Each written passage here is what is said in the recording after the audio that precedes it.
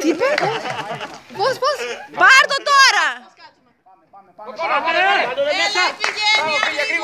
Γρήγορα! Είδες τι έκανε η μαμά, έξυπνο αυτό που έκανε. Πρώτα έπεσε από την τραμπάλα και μετά πήρε το κόρνο. Και πριν. Τράβα την. Ναι. Εγώ δεν το... Τράβα το σκηνή αυτό! Το σκηνή αυτό!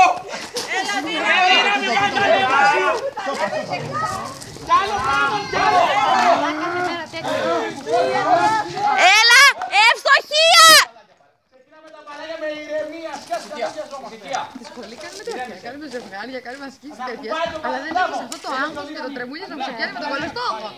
Εκεί το χάνεις το τέτοιο. Είναι άλλο το άγχος. Μπράβο, πρώτα τα στεφάνια. Ναι, που είναι πιο δύσκολο. Έλα μάνα! Ναι ρε μάνα!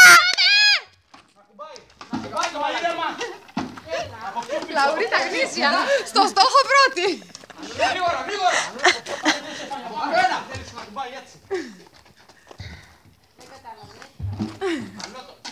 Μαμά!